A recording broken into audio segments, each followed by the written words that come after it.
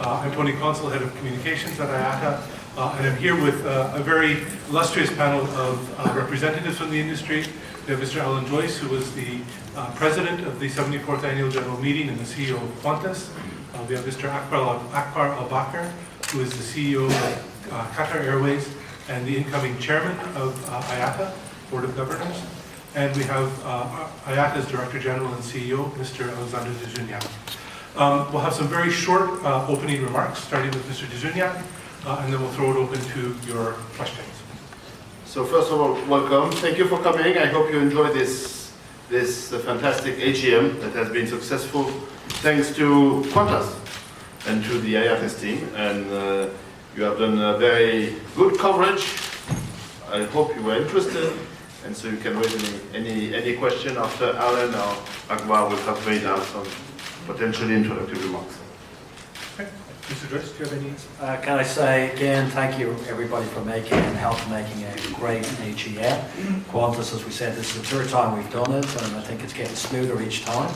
I don't know what happened in 1961 and 2000, but it feels like it was very smooth this time. We're half an hour early, and I thought the topics were actually really good. Some very interesting presentations and some good achievements from IATA over the year. And you can see the airline industry is speaking with one voice.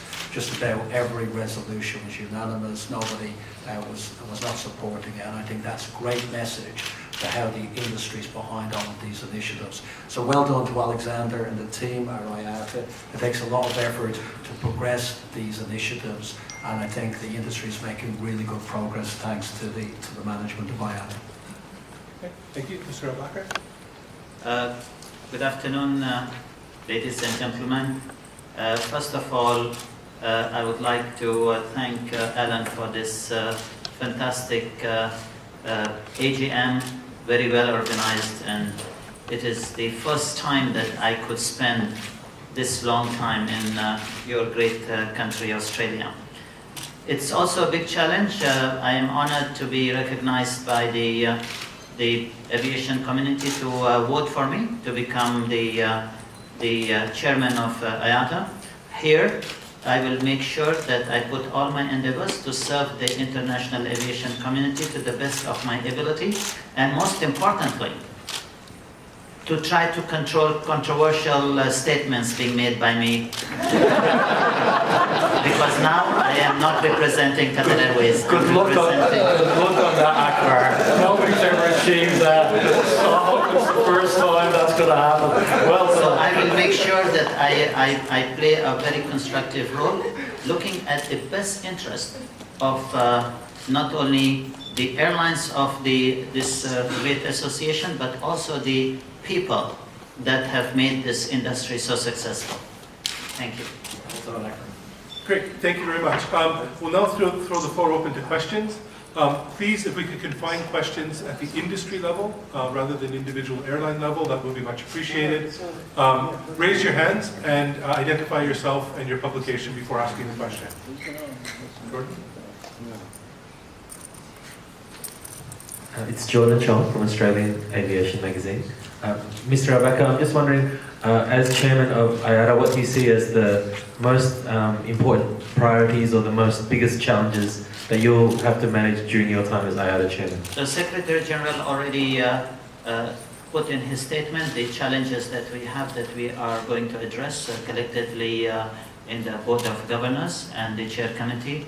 We have human trafficking, we have making airlines more secure, making sure that in this very turbulent times in the global political scene, that we make sure that we are very vigilant where terrorism is affecting our industry. Another challenge will be the growing price, the increasing price of oil, which will put a lot of pressure on the industry.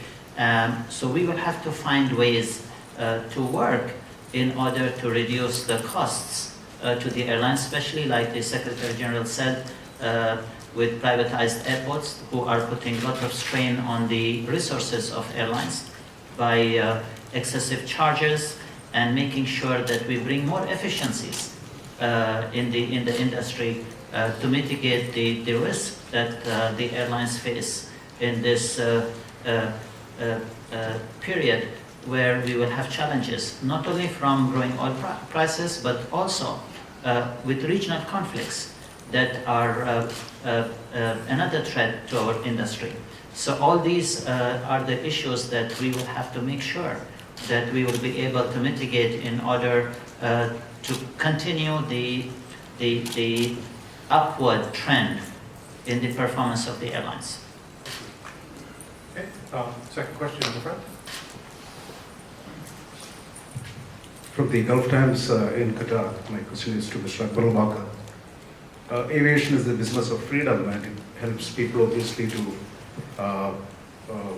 fly on business or leisure, families reunite.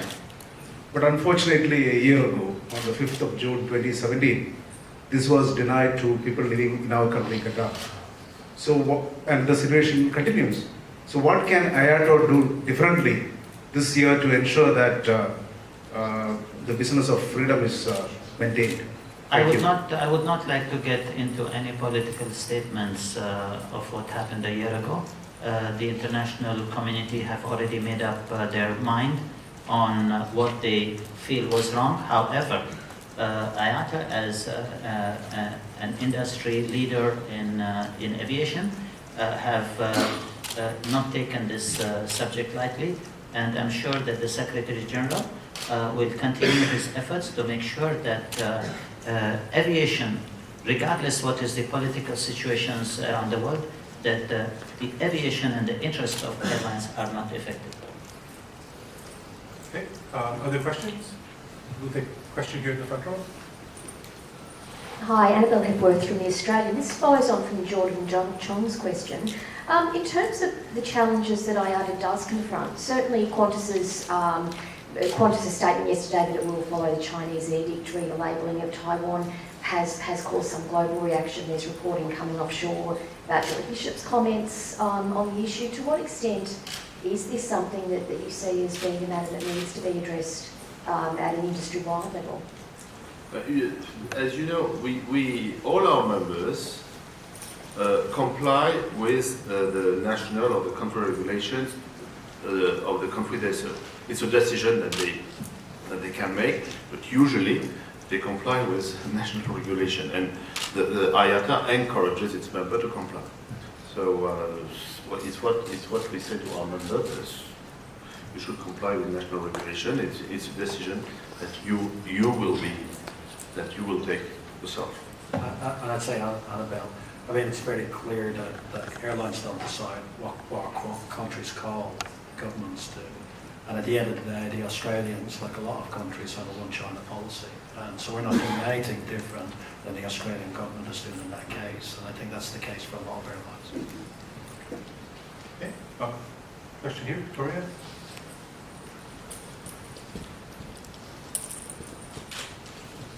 Thank you. Victoria Bryan from Reuters. Last year was an incredibly safe year for the industry.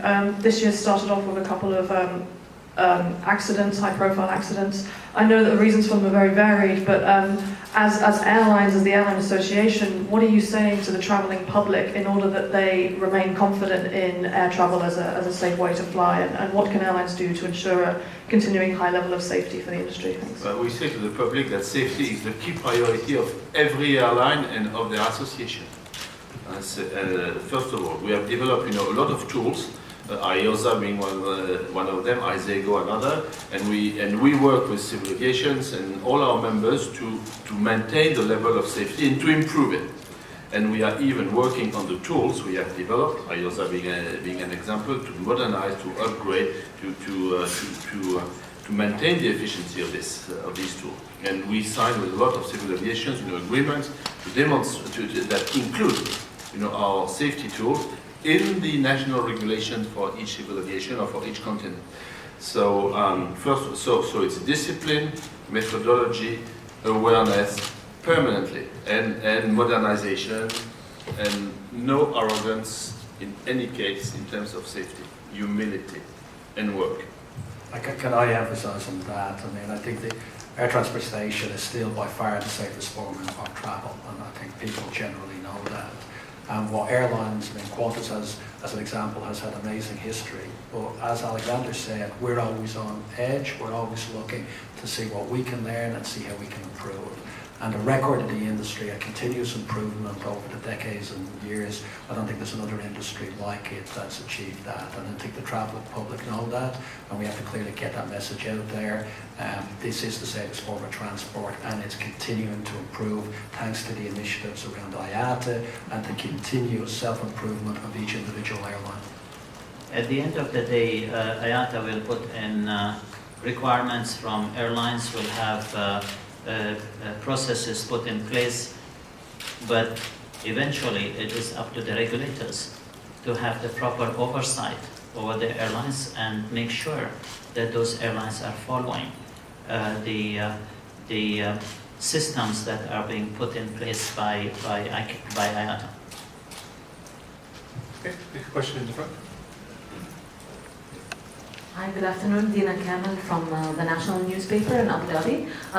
One of the main themes that we've heard discussed throughout the IATA AGM is the idea of how to bring more gender equality to airlines, how to bring more women in key positions at the airlines. Can you tell me some of the resolutions, some of the ideas that IATA will try to bring to the forefront to have more women represented in airlines? And can you address specifically how that will pan out in the Middle East, where, according to IATA figures, that's the lowest representation of women?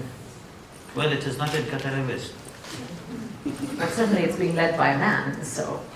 Well, of course, it has to be led by a man, because Does it? it is a very challenging position. I'm sure that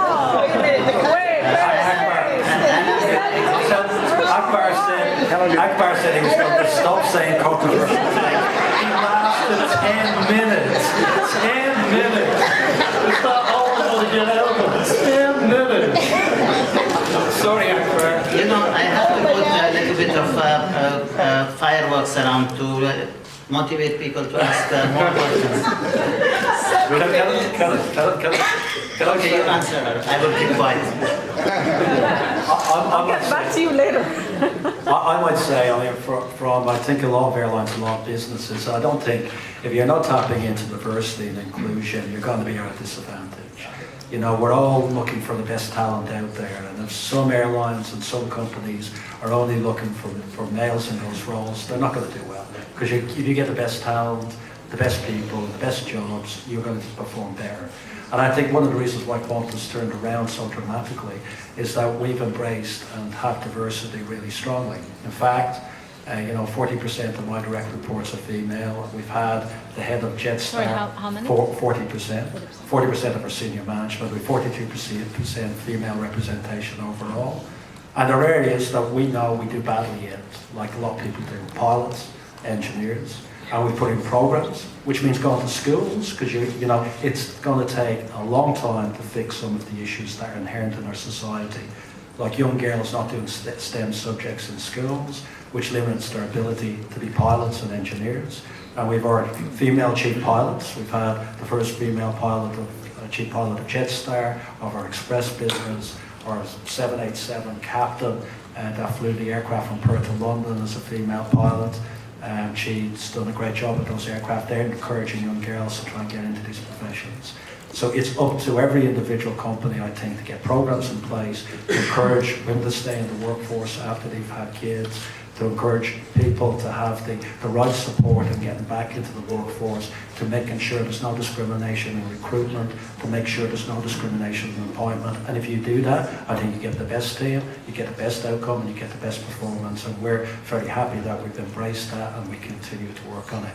And we're very happy with the diversion and inclusion of our business. And I think a lot of business, I heard a few of the airlines yesterday talking about the programs they have put in place. It'll take a while, but hopefully one day you'll see a lot of women up here, because I think that's what we all want to see, because that shows you we fully embrace diversity. And a woman CEO of Qatar Airways. Anyway, let me elaborate. In QR, we also have a very large number of female that work. It's in excess of 33%. We were the first airline in our region to have women pilot. We have a big program, and more than 60% of my scholarship for pilots are women.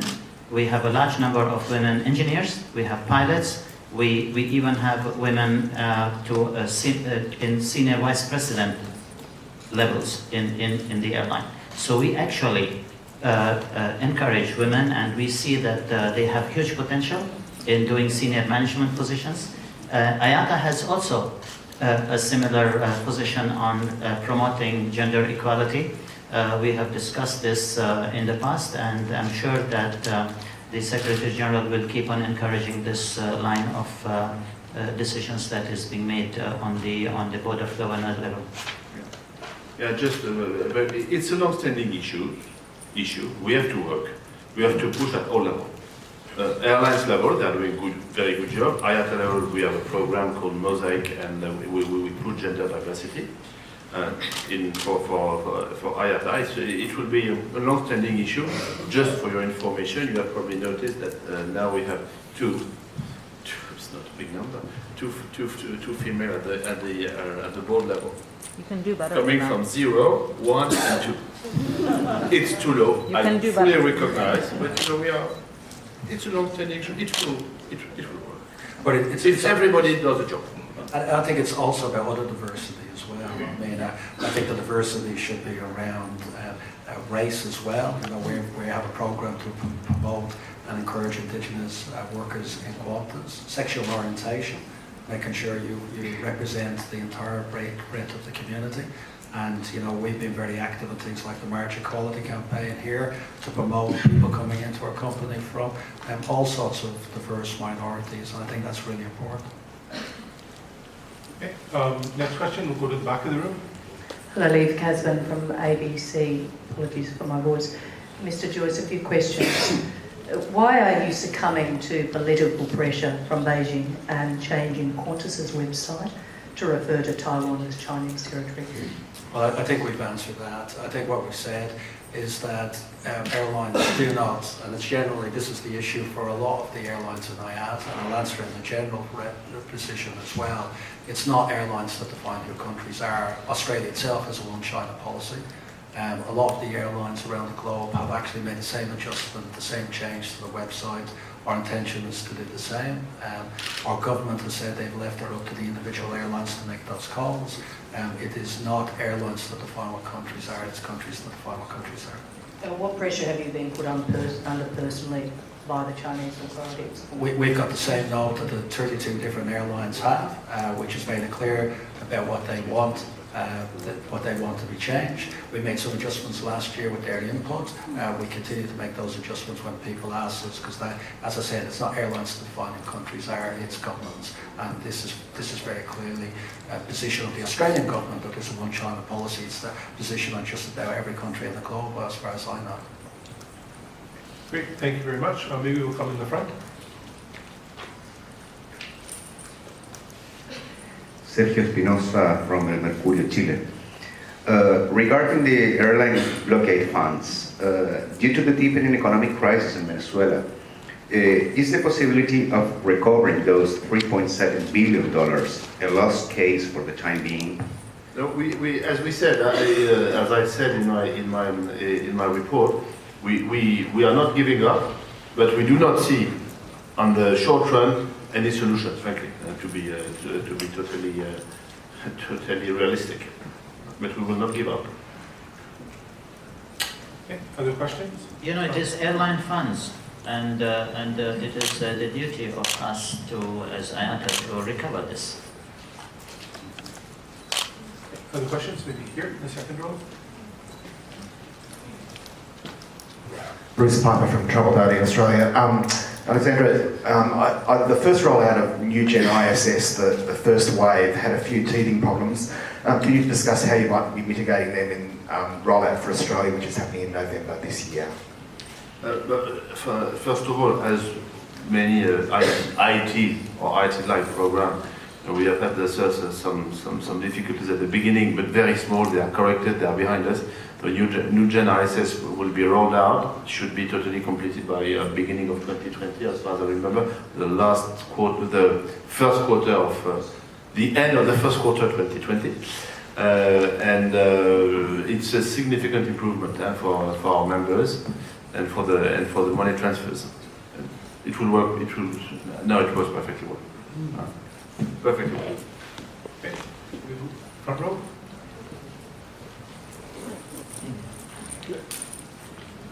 Malcolm Lindbergh, Business Travel News. Very soft question for Alexandre, probably Akbar as well. It's the 75th anniversary next year of IATA.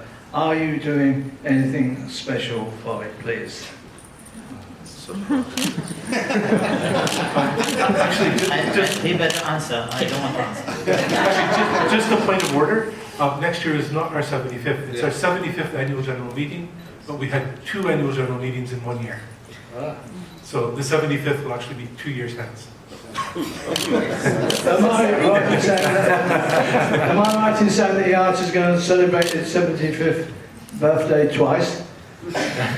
No. Why not? At least it hides somebody's real age then. You're not looking at me, are you?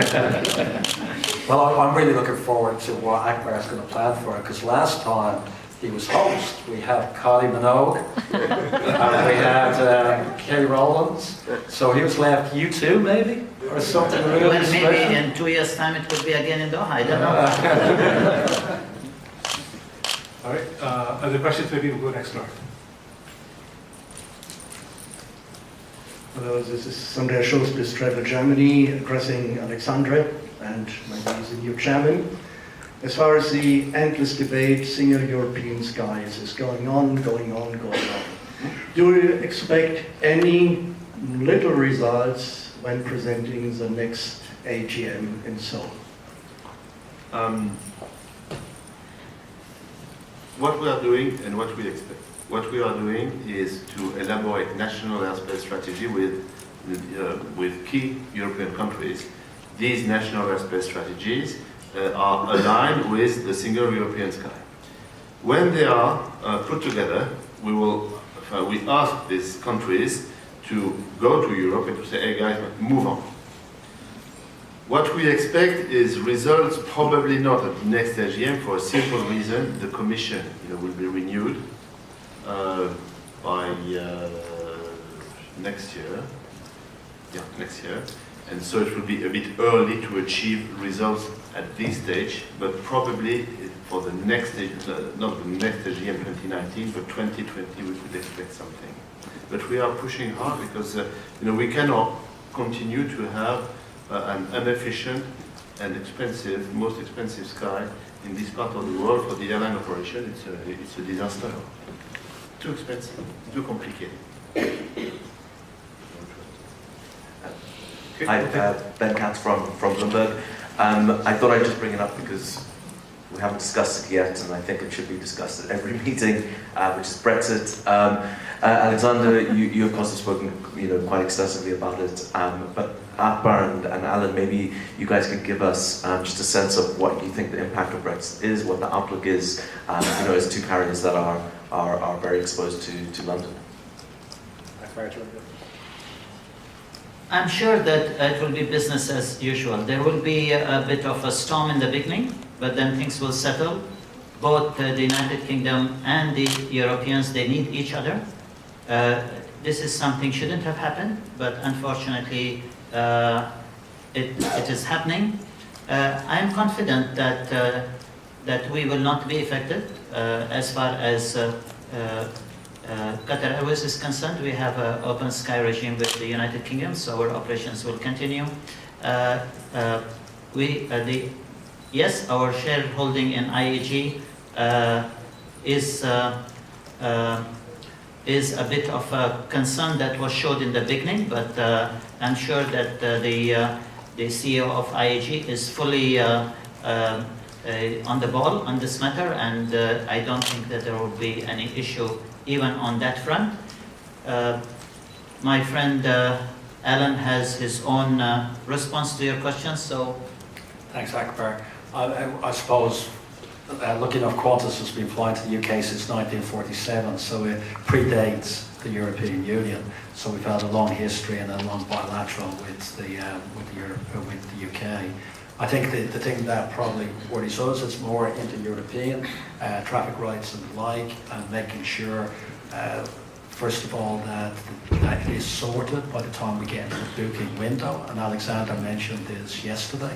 As we get into that last 6 months period, people need to know certainty about whether the rights and the services are going to be there. I have absolutely no doubt that they will sort it out by then. I think they need to for where we are in the European Union.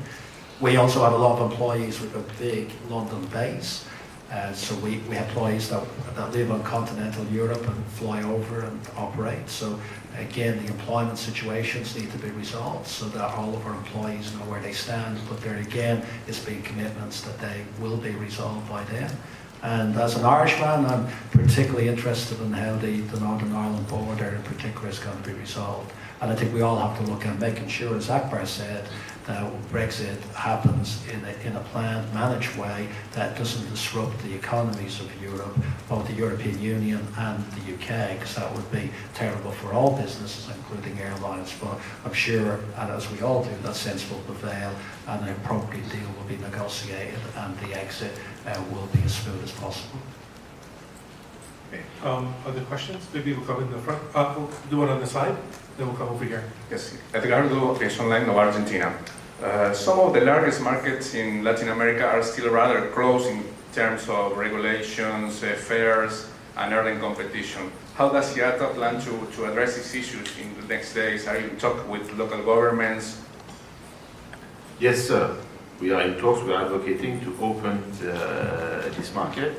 You are too familiar with this market not to know that there are elections coming.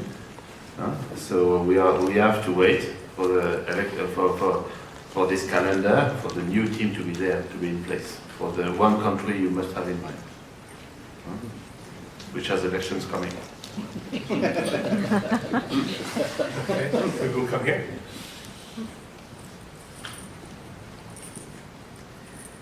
Ellis Taylor from Flight Global. Now, previous IATA AGMs, the topic of restrictive maintenance practices from the OEMs has come up. Doesn't seem to have been around there much at the moment. So, overall, has there been much progress on that front?